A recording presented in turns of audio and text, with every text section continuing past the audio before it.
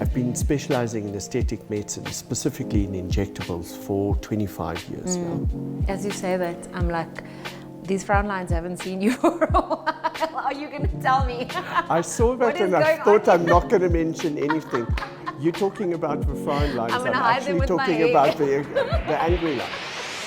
Today's episode of Live Fit with Stace is one of my favorite human beings. He completely changed my mind on physicians and what it means to be a practitioner that works collaboratively with their patients. Dr. Mark Opperman has more than 2 decades worth of experience in advanced aesthetics. He's also an integrative practitioner.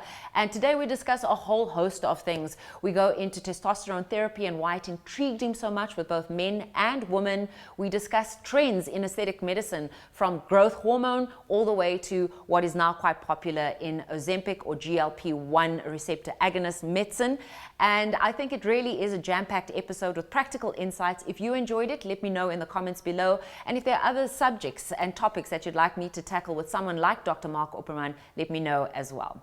Live Fit with Stace is all about bringing you content and conversations that help you find your fit and help you make an informed decision when it comes to your health, wellness, and your fitness journey. And that's why we've partnered with Salal Nutraceuticals, because if you head onto their website, you can find a feature called Find Your Salal. You put in your symptoms and Salal will make a recommendation of some of the supplements that could help you deal with those symptoms. And so since we're talking about hormone optimization, fat loss, even just making sure that you can live a more optimal life, these are some of the supplements that come to mind for me.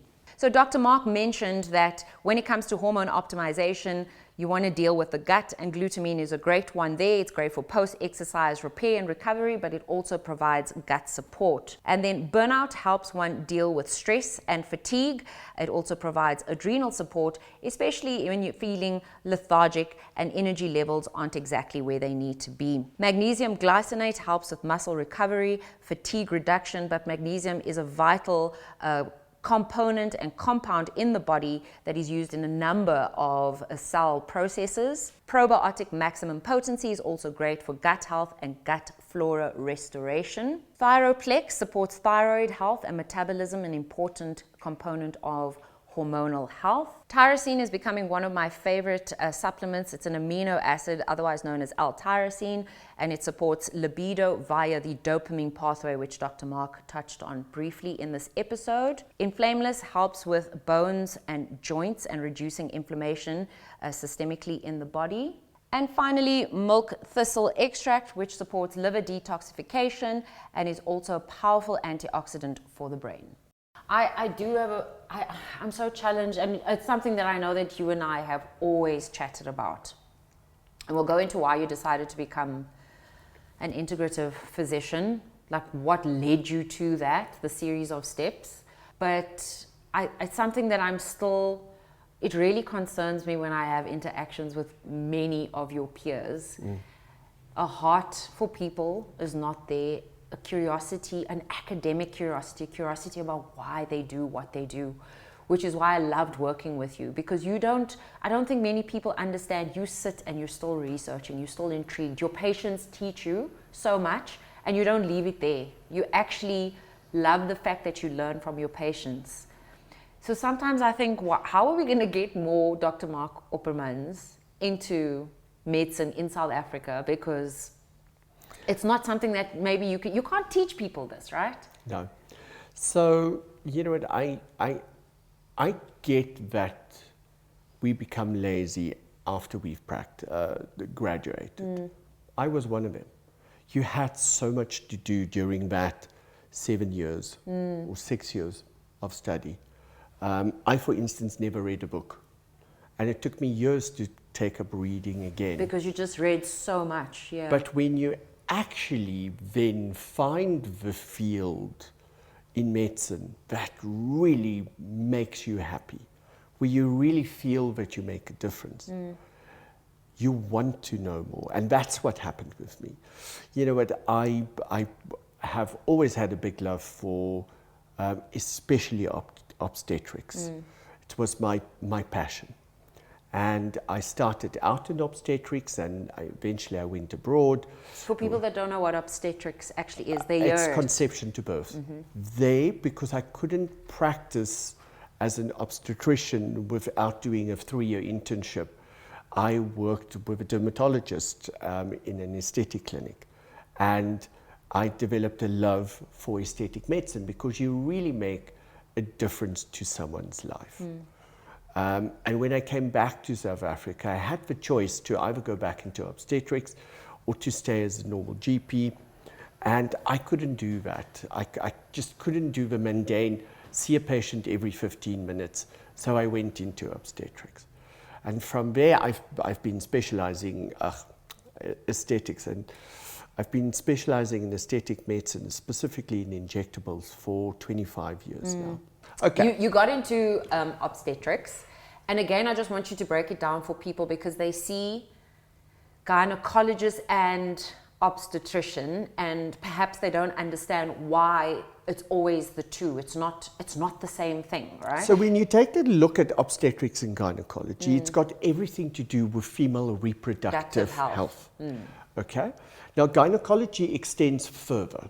It also goes into menopause and gynecological problems. Like obstetrics focuses on conception to birth. So everything that's got to do with conception, getting pregnant, and then the whole pregnancy. Why did that fascinate you, or why were you intrigued by it? I loved the idea of seeing new life develop.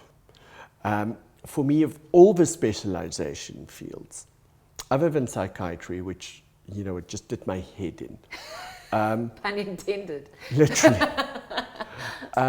It was the only specialization field where you really, really form a relationship with your patient, her husband, her family, and that new child. And that, for me, was the best thing in life. Do you think it's because you come from such a strong family? No. Because you and your family are really close. We are. You have, every family has issues, right? But So, you're quite close to your family. Stacey, I was in grade 1, and they asked, what do you want to be? And I said, I will be a doctor one day. My family disagreed. My father thought that I would either go into law or finance, because he called me Finkelstein. And my brother thought that I would go into drama because I'm a drama queen. And I was in standard 2, which is grade 4 now.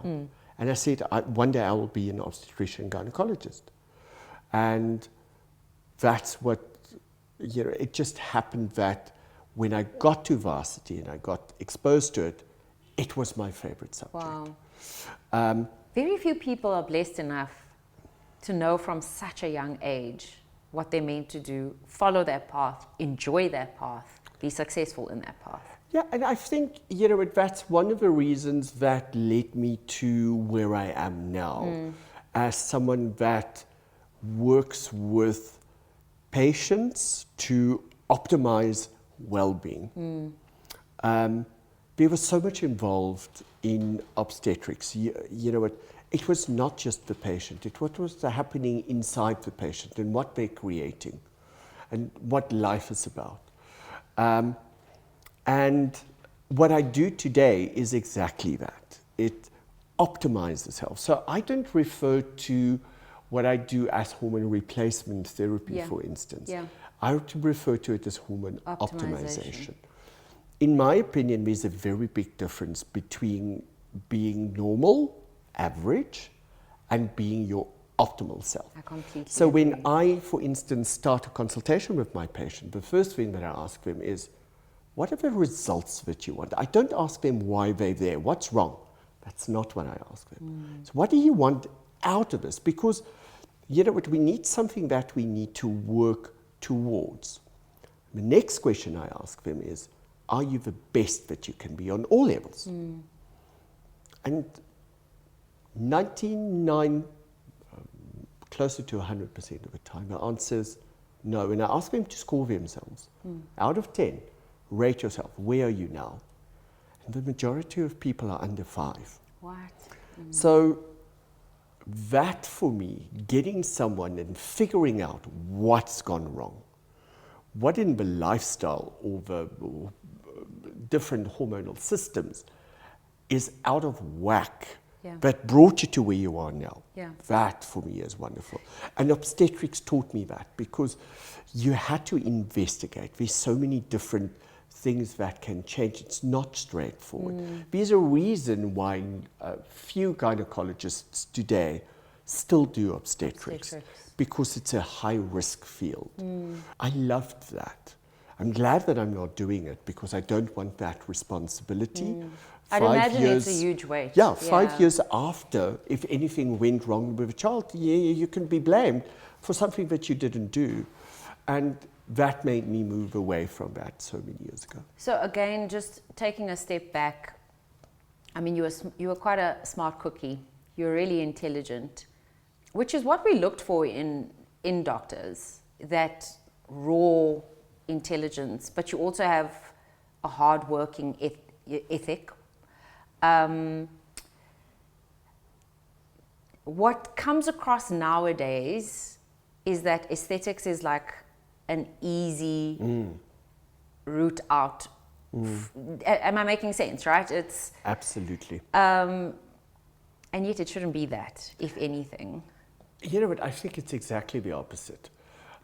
Yes, I think a lot of young doctors see aesthetics as a soft option.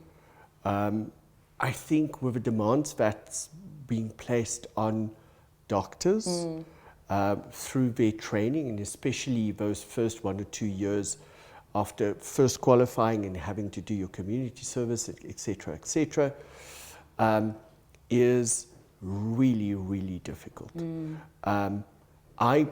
My personal experience, when I was doing my internship at Joburg Gen, I was stuck in internal medicine, and you know what, I was on call twice a week. I would admit on my own over 50 patients a day, which I had to get rid of because I didn't have beds to put them in. And after a couple of months, I also wanted to leave medicine. I thought, okay, I'm not doing this. I'm going to go, there's nothing that I can do with my degree other than going into medical research or joining a pharmaceutical company. And I think that is what doctors are faced with. It's not easy. Back in the days when I thought about becoming a doctor, doctors made good money. You know, they had the second house at the beach and they were driving the fancy cars, but it's not that today. You really, really need to work hard and be diligent, and you have difficult patients, and that takes a huge emotional toll.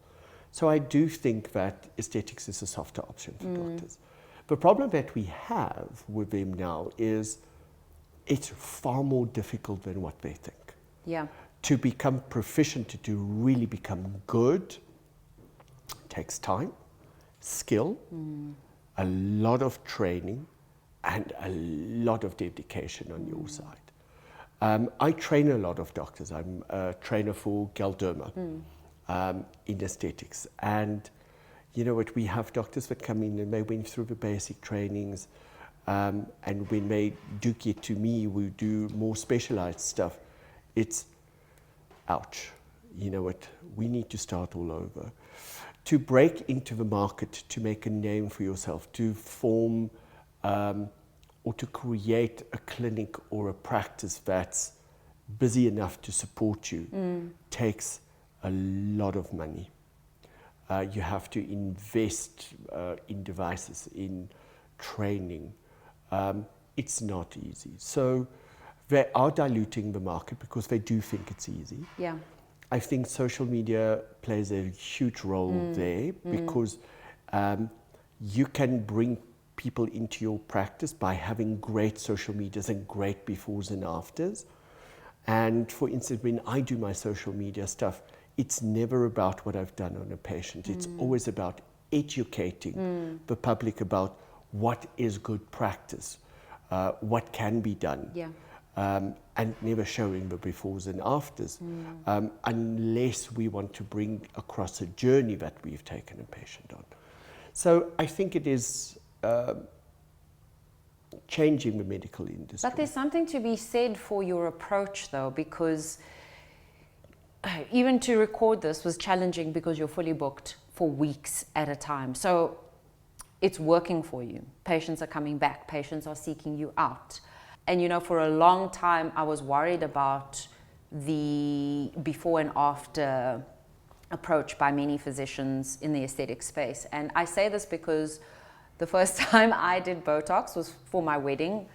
I have strong musculature, and that includes these frown lines. Yeah, the ones that we battle with. The ones that we battle with. And Dr. Liz Levendig, who was probably in your position training doctors for many years. Yeah. She trained me many years ago. Yeah. She was a good friend as well. And she educated me a lot as her patient, because it was something that I was like, is there an alternative? You know, can I do face acupuncture? And she was like, those lines are just so strong.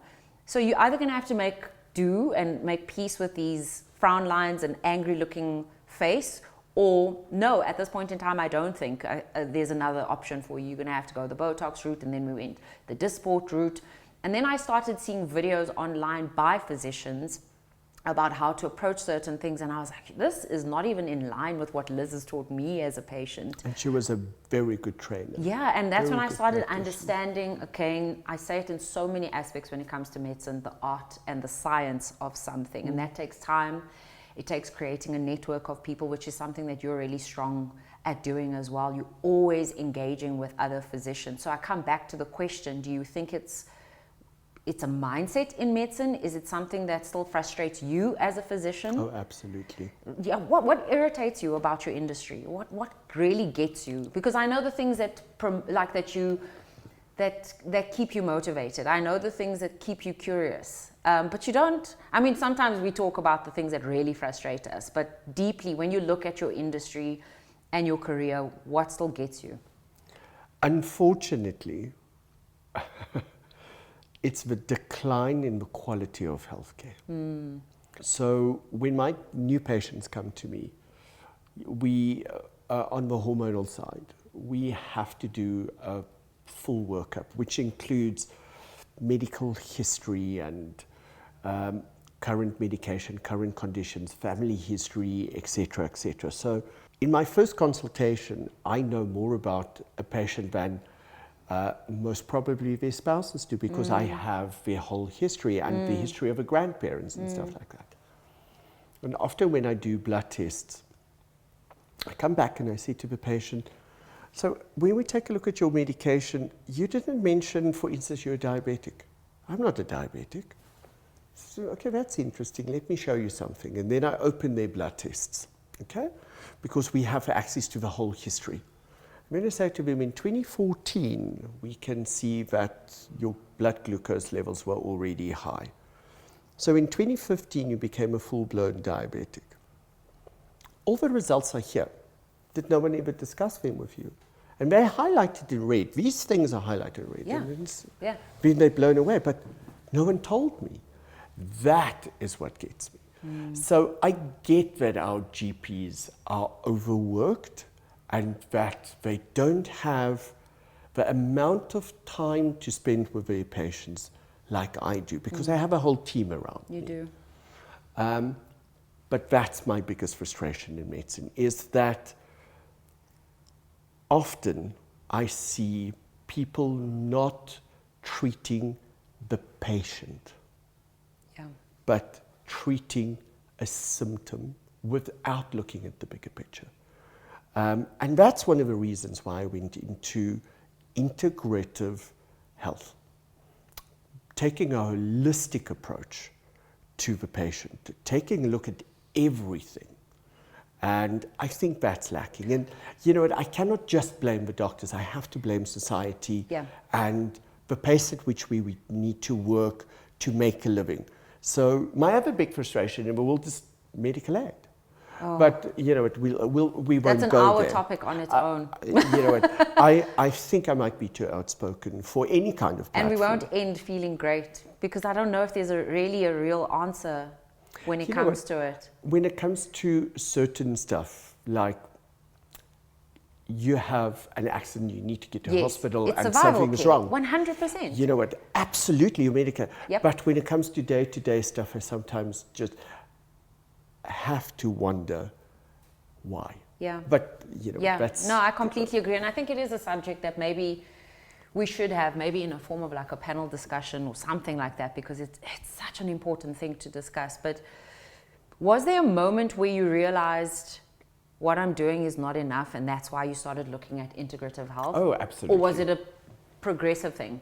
So interesting, because I was specializing in aesthetics for Yeah. such a long time and only doing aesthetics, no GP work, no obs and gynae, nothing. And mind you, you went to the States and you came back to South Africa. Yeah. You were working in the US for a while, working with celebrities, working with some of the wealthiest people, and then you came back to South Africa. Yeah. So What you had was seen a good great- chunk of aesthetics. Yeah. What was great back then, I was in the States when growth hormone became the rage. Okay? So I had the opportunity to work very closely with a Dr. Johnson. His name is escaping me, but in Miami, where I lived, and he taught me so much about growth hormone. And that's where my love of preventative medicine came in. And that's what integrative medicine is. It's taking a look at the changes in function in the body and figuring out why it's changed. Is it lifestyle? For instance, sleep. Is it stress? Because they all affect you from a physical, psychological, as well as a functional aspect. And bringing that together and coming back to South Africa and being in aesthetics and seeing my patients come in and say, you know what, I feel tired, just make me look better. And it's what I was like, but you know what, there's not much more than we can pull. One more facelift and you'll be bearded by your pubes. So that was a frustration. Why are these people not getting better? Yeah. They're on so many different medications, but it's not working.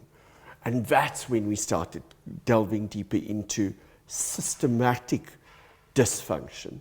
Because when it comes, for instance, to hormones, I always say it's like going to the most beautiful symphony, and one of the instruments are out of whack. One instrument changes your experience of that whole piece of music.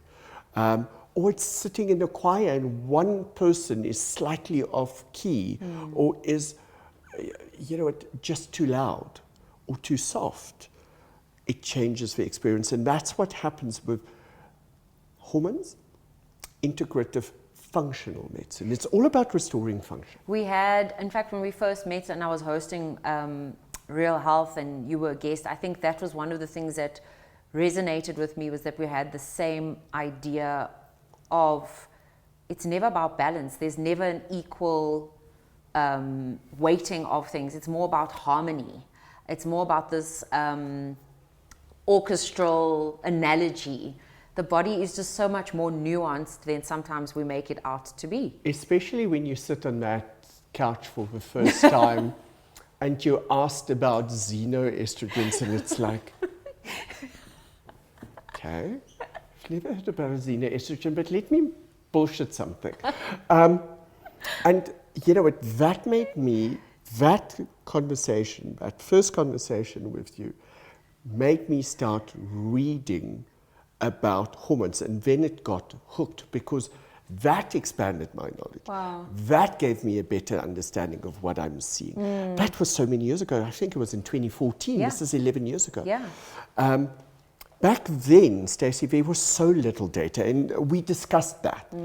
We knew, and I, who have been practicing that, started seeing stuff in my patients which wasn't backed by science. And it was only in the last 5 years that the stuff that I've already been doing and preaching and talking about on the show, for instance, became acceptable knowledge through studies that were done. And it changed our whole belief system when it comes to hormones. I mean, science, I love evidence-based medicine, and I love the research that we're starting to see, but it's also slow, and a lot of people don't understand how slow science actually progresses and evolves. And again, it's one of my frustrations with your peers and with your colleagues is that there's a tendency to say, oh, it's anecdotal and there's no evidence for it, but you're seeing stuff in practice, in clinic. And it's important to listen to physicians like you because that's exactly how science starts. But looking at hormones and looking at endocrinology from the perspective that you look at it, which is an integrative perspective, you settled on not just doing thyroid functions and cortisol. You really zeroed in on testosterone. What was it about testosterone that really intrigued you as you started studying the hormones and endocrinology? So, I think testosterone has always been misunderstood. And when I do any kind of public engagement, I always say, the moment that you hear the word hormones, people think of hot flushes and menopause. Yeah, because true. That's what they think about. Yeah. Hormones, estrogen, and a woman menopause. That's gone crazy or something. Yeah, she's hormonal. So, when you talk about testosterone, you think of bodybuilders, muscles, gym. That's it. But testosterone is so much more than that. Testosterone has the biggest effect of testosterone, in my opinion, post-puberty, is in the brain. And it's been proven to do exactly that. Testosterone is part of a hormonal cascade. Estrogen and progesterone plays a role there, and they need to be balanced. And that's what started the whole drive with testosterone. So having lived and worked in the States for a while, after the growth hormone thing, testosterone became a thing. Because there's always these trends, right? And my partner back then, you know Dante well, started seeing this coming through on social media, because I don't have social media. I don't have Facebook or anything like that. And he said to me, we need to take a look at this. He was older. He was starting to display all those symptoms. Yeah. And we delved a little bit deeper in it, and we started to see a little bit of evidence, very little, but a little bit of evidence, on how it supports overall well-being. But there were no protocols at that point in time. No, we developed our own. We developed our own protocols. So the problem that I've always said is the guys in the fitness industry have abused testosterone, and that's given it a bad name. Testosterone is a very powerful drug for both men and women, and especially for women, especially for women. I think women forget that they cannot make estrogen post-menopause if they don't have testosterone. And it's so important for them. But when we started optimizing levels, I had those guys, my aesthetic patient guys, that started complaining about they're not performing in the boardroom, they're not performing on the sports field, and let's not even talk about the bedroom. And we needed to find a way to address that. And when we started taking a look at what is happening with their hormone levels, overall metabolic well-being, we started seeing the trend that the hormone levels are starting to decline. And when we rebalance it, and I call it, I don't replace it, I rebalance it. But I rebalance the whole system. You cannot only focus on testosterone. They started seeing an improvement first and foremost in temperament. Irritability went down. And one would think it's the other way around. It's the other way around. So it's actually estrogen that drives aggression, not testosterone. We're not bull elephants with 20 times higher estrogen when we go into must. So it's only those roid junkies that develop that, because they're on such high doses that it will drive anyone insane. But normal physiological... And in fact, such high doses of anything could potentially lead to the same results of aggression, right? So, So optimizing to normal levels of testosterone, or optimal levels of testosterone, increases dopamine levels in the brain, and we know dopamine is a feel-good drug.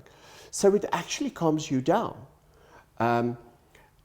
And the second thing that we noticed is performance at work, clarity of mind, decision making, energy, motivation, and drive.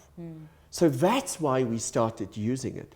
It was not for, I want to have a better sex life. Yes, testosterone plays a huge role in managing libido, but in a series on Real Health that I was doing, I was just telling you, I spoke about sexual dysfunction. We do not understand sexual dysfunction. Yeah. So arousal disorder, which we know for men is erectile dysfunction, is just one of a myriad of other types of sexual dysfunction.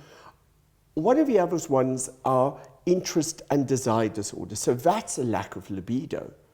And you clarify with your patients when you do your initial consultation, you differentiate libido and sexual erectile dysfunction. Yes, and sexual desire. Absolutely. And we'll go into that, but you continue, and then I'll touch base on that just now. So when you have a problem, for instance, with getting interested in sex, it's just not on my mind. The prescription medication that was available or is available now is not going to make a difference. We needed to understand what brought it on. Is it stress? Is it a lack of sleep? Is it a chronic condition? Is it the medication that you're taking for the chronic condition? So many people are on antidepressants. It's going to suppress your sex drive. It's got nothing to do with testosterone. Erections has very little to do with testosterone. Actually, there's such a huge process that needs to happen. You have to have stimulation. It creates a reaction in the brain. There's a physical neurological pathway that runs there. There's a neurotransmitter pathway. Then you have to open arteries and you have to get pressure, and then you need to close blood vessels like your venous outflow, and then only do you get an erection. And testosterone helps with that, but it's not the beginning and end of it. Yeah. So for me, the big thing about testosterone is what it does to your brain and how it prevents diseases of aging. How did you initially decide, which benchmark were you initially using as optimal levels? Because that's another challenge. We go for blood tests, we're told we're normal. Those normal ranges are not optimal ranges. Very often, I think your South African counterparts were often looking to the US because there was more being done in the functional medicine space. Yeah. And then also measurements weren't exactly commensurate with local levels. So that was a lot of conversions, a lot of research. And then you had very little data in the testosterone space. So what were you doing initially? So, you know what, I came across a very, very interesting paper. And it was all about what is normal for testosterone. And the paper said this: it's a very gray area for one specific reason, or four specific reasons actually. There's no universally accepted biochemical definition of what is high or low testosterone. Yeah. So it's not like cholesterol, where we know if your cholesterol is above this, it's too high, or if your this level is it's below that, you have too low testosterone. The second one was there was no defined age range. And what was so interesting, if we do a testosterone test on someone today, still, whether you are 18 or 80, there's a reference range of, depending on which laboratory you go to, let's use one of the big ones in South Africa, 180 to 740. And it's a huge So, range. you know what, I would expect someone of 19 or 20, raging hormones, he would have high levels of testosterone. And an old person of 80 will have lower levels of testosterone. So where's normal for them? And that wasn't there. Yeah. The second thing is just about the laboratories. Every single laboratory uses a different assay. So depending on where you go, you will get a different reference range. And that to me didn't make sense. And then the last one is, okay, so we're looking at the distribution range, somewhere between this and this. So it makes sense that that would follow a normal bell graft. So I take the bell graft and I interpret it. If little Johnny on the left-hand side of the bell graph, he's stuff a soup at the end of the year, he'll pass. The majority of people fall in the middle. Okay? And then you have those people that they hit boy, they're first rapid team player, the guy that has all the goals, and just to piss you off, they're handsome and clever. Who do you want to be? So what I found was my executives, my engineers, they must have been there at some point in time. But the normal progression of aging is that will decline. Yeah. Why can't they stay where they are? And that's why I don't use just normal levels. I always tell my patients, testosterone is in the normal range. Is it normal? Yes. Do we need to treat you? No. The question is it optimal for you? And that's the change. And also, what is normal? Because if we're in a society where it's normal to be overweight, and I say normal, if it's normal to be lethargic, if it's normal to be irritable, if it's normal, and we start using that as a reference range, there's a problem there. But I hazard a guess that you were also doing it with symptoms, that you couldn't, you absolutely. you have to combine that. So when you take a look at the reference ranges, there's total testosterone and free testosterone. Total testosterone is all the testosterone that's in the body, okay? Now, testosterone to be moved around, all your sex hormones for that matter, to be moved around the body, binds to a globulin called sex hormone binding globulin. But the moment that it's bound, it becomes inactive. And then we make a calculation, it's a mathematical calculation, to second guess, in my opinion, your amount of free testosterone. So the free testosterone is free to bind to receptors. One of the things that people forget, though, is testosterone moves around the blood. So when we do a blood test, it tells us a snapshot in time of what's happening at the blood at that very moment in time. Which but could have been influenced by what happened the day before, even 3-4 days before, weeks before. Time of the day yes. determines your testosterone levels. But in any case, when you, for instance, look at total testosterone, it tells you, for instance, if your total testosterone is above 12, you should be okay. If your testosterone, total testosterone levels are below 8, you would be classified as having hypogonadism. Testicles are no longer functioning. Okay. But if it's between 8 and 12, gray area, and the patient is symptomatic on sexual functioning in the form of low libido, tired, fatigue, low energy, low drive, treat them. So why did we specifically say between 8 and 12? You know, it was an arbitrary reference range. We took a lot of people a very long time ago and did blood tests on them and said, that's the normal. What we understand today is testosterone levels are declining exponentially decade by decade. If we look at our grandfathers versus us now, at the same age, they had far higher levels of testosterone. You can't help but and ask you and about I lifestyle. spoke about this so many times. Yeah. What has brought about that change? And the xenoestrogens that, you know what you bamboozled me with, that comes from our pesticides and our plastics and our water and contaminants and air pollution and plastics that we absorb every day. Disruption to our circadian rhythm. Absolutely. The actual impact of stress, which we just can't underscore and highlight more because it's just that is the impact. So the new trend in medicine that's starting, and I think you see it in what you're doing as well, is bespoke medicine. Yeah. When it comes to hormone replacement therapy, everything points to safety and efficacy depends on what you do for the patient, because not every single patient will have the same symptom. And you would think this would be the case in medicine, but it's not. It's not, yeah. It's not.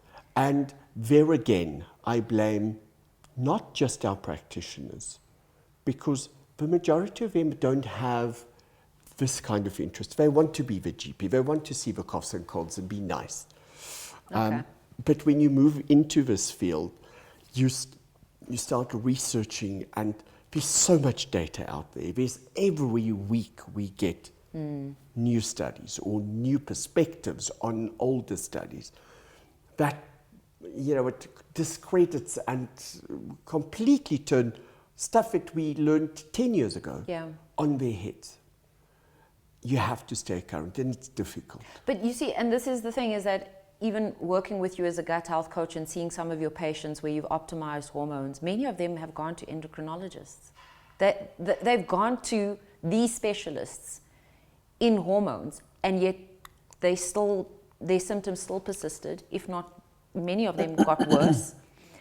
So what are you doing differently? Is it just that, So there's a single trick. Think about it this way. I always use this analogy. You have a recipe of a cake. What happens? It's an award-winning cake. And you start changing one of the ingredients in the cake or the method at which you baked it.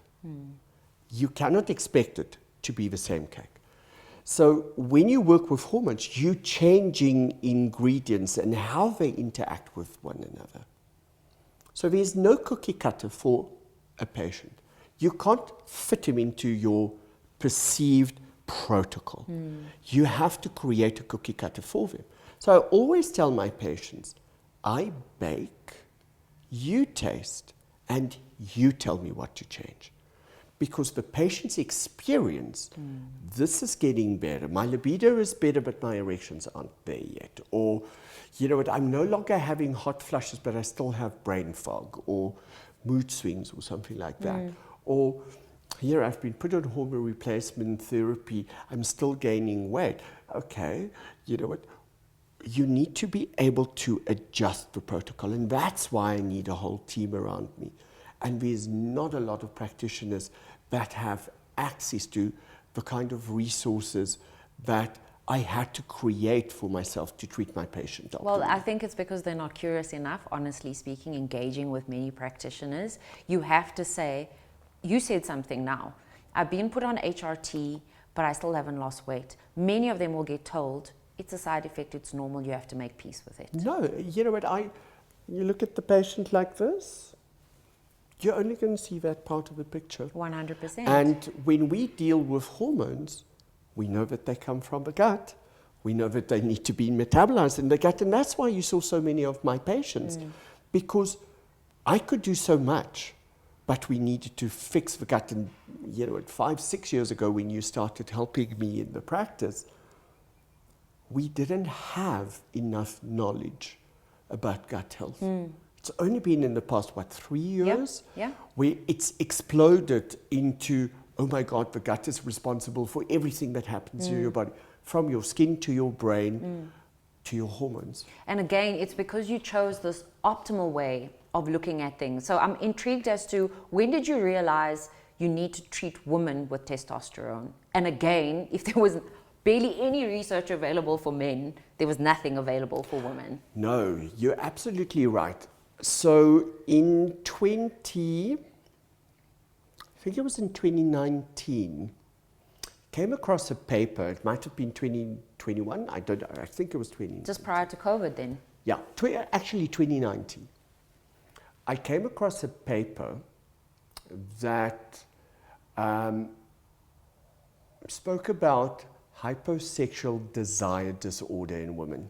Okay, so let's break that down. Hypo, low sexual desire, so very low sexual desire disorder.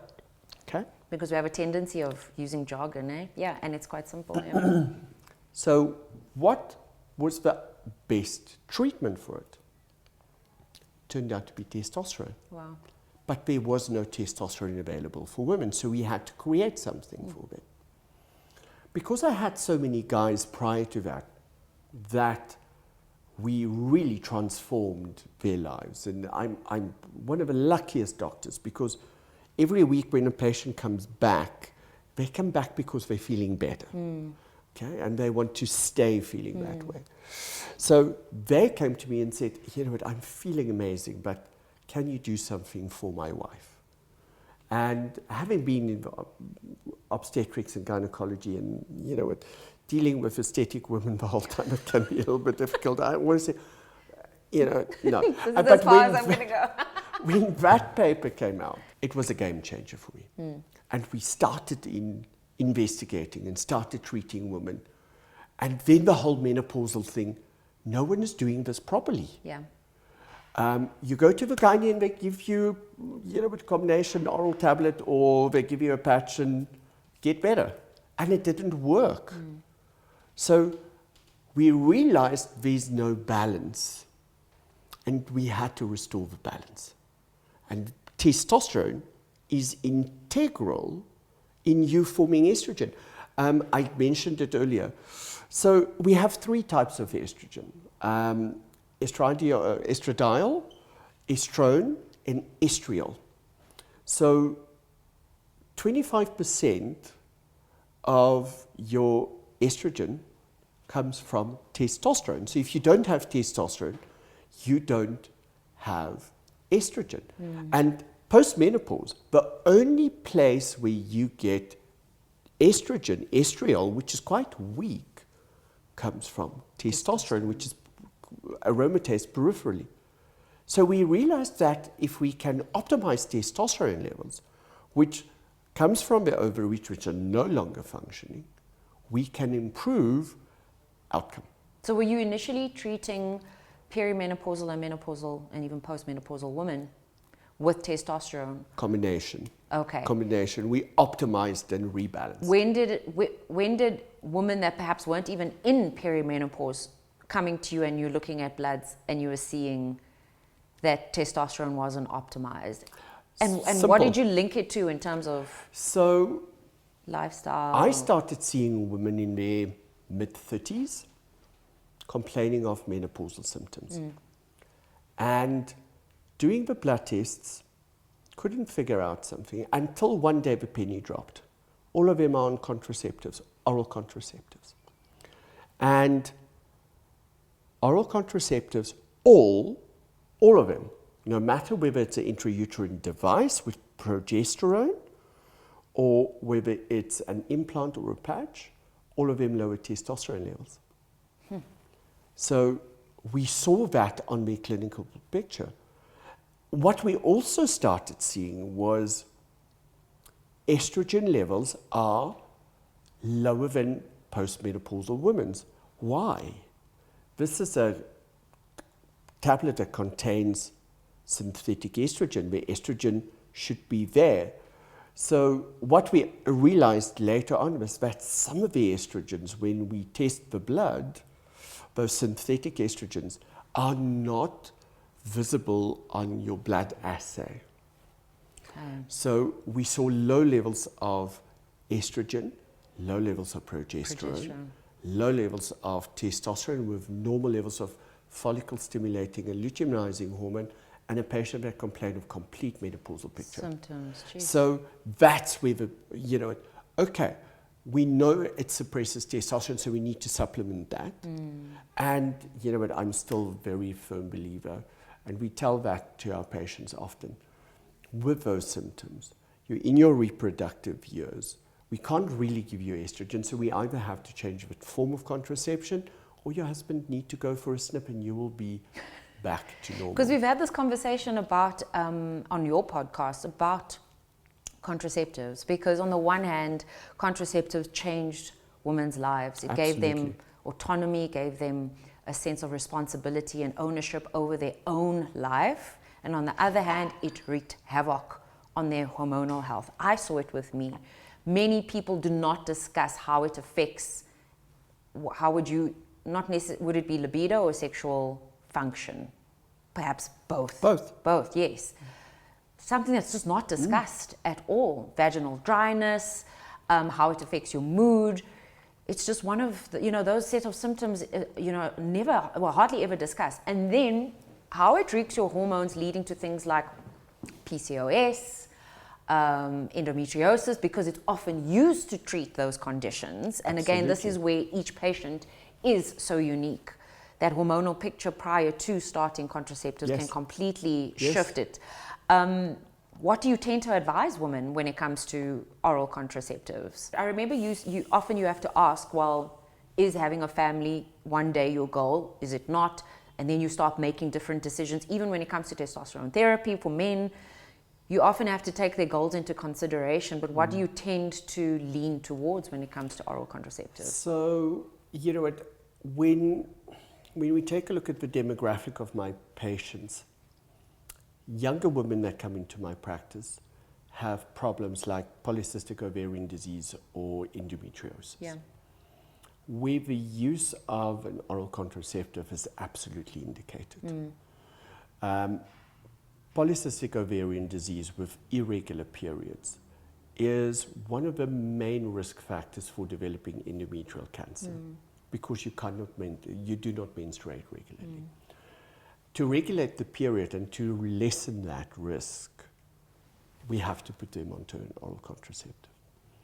Endometriosis is a little bit more difficult because it's so painful for women, and but not everyone can afford all the surgeries and sometimes they don't work. So again, you have to regulate the period, actually try and take it away completely so that they don't have that severe signs and symptoms and discomfort and lack of quality of life. The rest of my patients are actually coming here with perimenopause or menopause. And when they do, and they are on contraceptive, I usually advise them that if it's possible, to stop the contraceptive so that we can actually see what's really happening. So for some patients, that's a viable option. For others, it's a less viable option. So am I pro-contraceptives? I think it's a game changer for the majority of women. It gives them the right and freedom to choose who and what and when. I am absolutely pro-choice where that's concerned. The fact that it can create unforeseen consequences or unknown consequences until later on in life, which we actually only really starting to understand as medical practitioners now, is a pity. But it's, for me, yes, contraceptives have a place. And it was one of the areas where I had such a firm stance on it, and then I started understanding the nuances of medicine, and that actually you just want a physician that explains these things to you so that you actually can make a more informed decision. There's, when it comes to drug use, we do have a tendency of making every drug out there evil, and it definitely can be, and there definitely is an over-medication trend where we're just constantly treating symptoms, not looking for root cause. But then when you are trying to solve the problem, it's the conversation with your patient, understanding the dynamics in their life, the decisions they need to make. And this is where I suppose it's the perfect segue into the Ozempic trend, because you talk to someone that has struggled their entire life with weight, and you've never experienced that. It's really hard to build that bridge. You really have to start getting empathetic, because it's very easy to say, move more, eat less, start training, discounting that many of these patients have tried that. And having sat with many of our patients that have gone through medical weight loss treatments, and you start to see, okay, we end up doing a little bit of psychology, right? Because a lot of it. But you start to see, majority. Okay, the majority of the work is psychology. Belief patterns, all of that we have to address, and then we start consulting out, and when we start making our collaborative circle bigger, because you start understanding they do need to get to the heart of certain mindset and all of that. But if you just take a step back and you realize what this person has had to struggle with, the bullying, the name calling, the not feeling comfortable in their own bodies, to have a solution like something like Ozempic, when the trend hit, and I saw everyone in Hollywood was really on, created this trend, I had to step back and say, okay, as someone that works with the gut, it is really frustrating that a lot of people don't even understand it. That's where it starts. But take the judgment away. There's a patient group that really need this, but I'm sure this is where your frustration is coming in now, are the lack of protocols, how those protocols are administered, the lack of an holistic approach to it. Let's talk about it and what you've been seeing. So let's talk about weight first and foremost. Yeah. Obesity has been classified as a chronic disease. And to be classified as this disease, everything needs to adhere to 3 criteria. So there needs to be a change, there needs to be disturbed function, and there need to be harm. So if we take a look at weight, you know what, the function of the adipose tissue changes. Science, there's accumulation of fat. And the harm that's done, it leads to diabetes, hypertension. The one that people forget is cancer. The highest association of obesity is actually cancer, not heart attacks and diabetes. It's for different types of cancer: breast cancer, colorectal cancer, prostate cancer, lung cancer, those kind of stuff. So it's a disease. At the moment, it's estimated that 2.2 billion people are obese, not overweight, obese.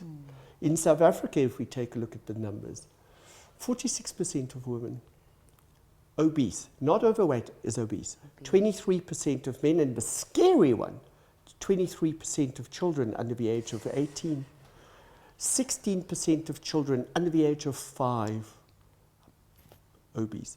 And this is a pandemic of epic proportions with no sign of slowing down. Take a look at the causes. And this is the one I think that people really don't realize. It was an eye-opener for me because I was also full of judgment. You know what? Just fucking stop eating. Sorry. Just stop eating.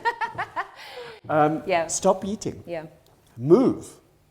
40 to 70% of patients that battle with weight, overweight, and obesity is genetic. Now we need to also take into consideration what are the other factors. Psychological, depression, anxiety, stress leads to obesity. Sleep leads to obesity. Social economic circumstances. We always thought of obesity as something that is more prevalent under affluent people because they have all the nice goodies to eat. The highest incidence of obesity is in poor communities. And that gives us a double whammy when it comes to medical intervention, because number one, we have malnutrition and obesity because we do not have access to wholesome food. Obesity is still a disease of? It is a disease. It's of a disease malnutrition. of malnutrition, with accumulation of fat that causes signs and harm. People are, we've said it time and time again, overfed and undernourished. Absolutely. And when you say that that demographic is hardest hit as well, it brings into question, because the use now of GLP-1 receptor agonists is it's really expensive. It's an expensive treatment, right? What's frustrating you about how it's being applied, and what are you doing differently? Because I've chatted to you about some of your patients where you've gone extremely slow. They haven't really experienced the nausea. And yet you've also started treating Ozempic face as an aesthetic doctor. So with everything, with every intervention, there are people that are doing it right and there are people that are doing it wrong. What is frustrating you about those that are doing it wrong, and how are you correcting that? It's too easy to just write a prescription for one of these medications. There, take it, without understanding what's happening with the patient. You have to take a look at the whole patient, from lifestyle. We said earlier, when you want to start with a weight loss program, you have to start with a psychology. That's tantamount, and that takes time. And you don't do that. Why is the patient overeating, or why is the patient not exercising? What is happening in the psyche that's driving this? So that's one thing. Number two, metabolic conditions needs to be addressed first, optimal balancing of hormones. Then you need to take time to explain to the patient what the medication is going to do to them. So we know with these medications, they create quick satiety. So you feel satiated, full very quickly. And that gives us a problem because now you don't eat enough. So let's take a look at, and you're the expert on this field, the difference in nutritional value of a small piece of steak versus a bowl of lettuce. So they think, okay, so now I'm on these medications, I'm going to not take in good kind of nutrition, I'm going to stick to lettuce and salad and blah, blah, blah. The stomach fills up, they feel satiated, and they go into nutritional depletion. So no one has taken the time to explain to them, when you go on this medication, you have to do the following. This is what you need to eat. And you don't have to see a nutritionist. For that, your medical practitioner should know these things. And then, okay, you have to exercise. I want to see that you exercise, and I don't want you to walk, I want you to see lift weights. Why? Because one of the problems with these medications, it can also affect our muscle mass. It can affect your bone mass. And that's what gives us the bad, trending Ozempic face kind of picture, where everything just sags and you look sickly. You love your body, but you look in the mirror and it's like, oh my God, what happened to my face? I look old and I look sad and saggy. And it's because it wasn't done properly. And that's my frustration that we're battling with in the industry. So as a trainer in the aesthetic industry, one of the key elements that we've identified that we need to focus on is exactly the effect of rapid weight loss on aging, especially facial aging. And we see it. We, for instance, saw Sharon Osbourne. You know, she lost so much weight, and you look at her face and it's scary. And the same happened to Katy Perry. Yeah. Beautiful. And then she went on to Ozempic and she got old. She looked haggard.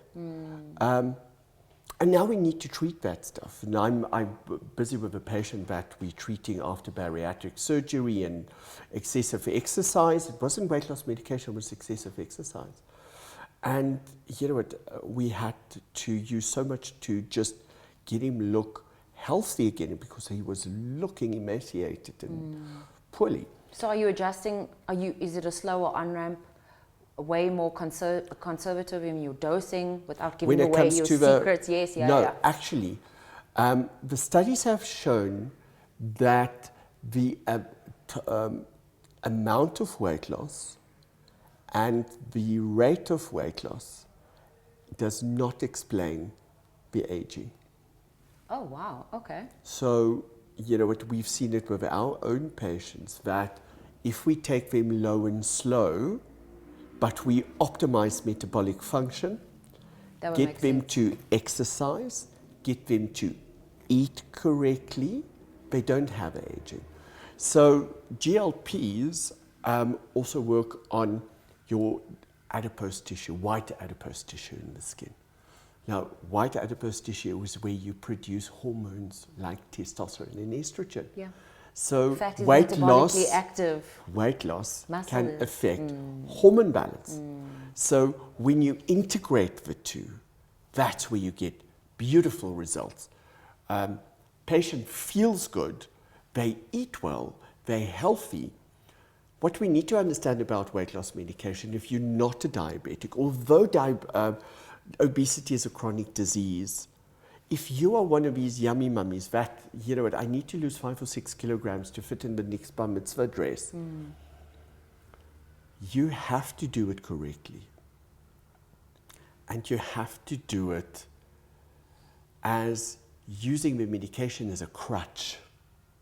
If you break your leg, we splint it and we give you crutches so that you're mobile. So think of his medication as for crutches. Eventually we need to get rid of them. But for you to do that, you have to do the rehab. This thing needs to heal, so you have to change your lifestyle, which the medication makes so much easier for you. It helps you to treat the underlying metabolic conditions like the insulin resistance and the elevated cholesterol and the inflammation. And then when that's under control, you have to maintain it. So, you know what, that's my frustration. This is a breakthrough medication, not just for weight loss, but for so many other conditions, if it's used appropriately. and if we can have better access to it. I know what the claims are when it comes to the cost of producing this medication, and the cost of which is being sold that is absolutely ridiculous. So many people need it, and it can be made available to them at reasonable prices. Another frustration for me at the moment is all the fake products that's on the market, which, you know, it can be really, really dangerous. People not using it appropriately. It's maybe not just the compounded product that they are using, but the way in which it was made available to them, and the lack of understanding of the consequences of these medications. So that's another frustration when it comes to weight loss for me at the moment. I'm so cognizant of your time, and I wish I could chat to you for so much longer. I always love speaking to you, and we'll do another one where we'll go into sexual health and sexual function, dysfunction, because I know it's your absolute favorite, and I know that will take us an hour in and of itself as well. But thank you for putting aside, taking the time to chat to me. I know how busy you are. I know how invested you are in your patients' lives, which is all the more reason why I appreciate you putting making the time to chat to me as well. You know what, Stacey, it's always a pleasure to talk to you, because I've learned so much from you Thank over you. the years. Thank you. Especially when it comes to integrative medicine, because you are a wealth of knowledge, and you know, through the work that you've done on your family and yourself and the patients, you know what, I always learn, and this is such a big pleasure. Thank you so much. I love you lots. Thank you.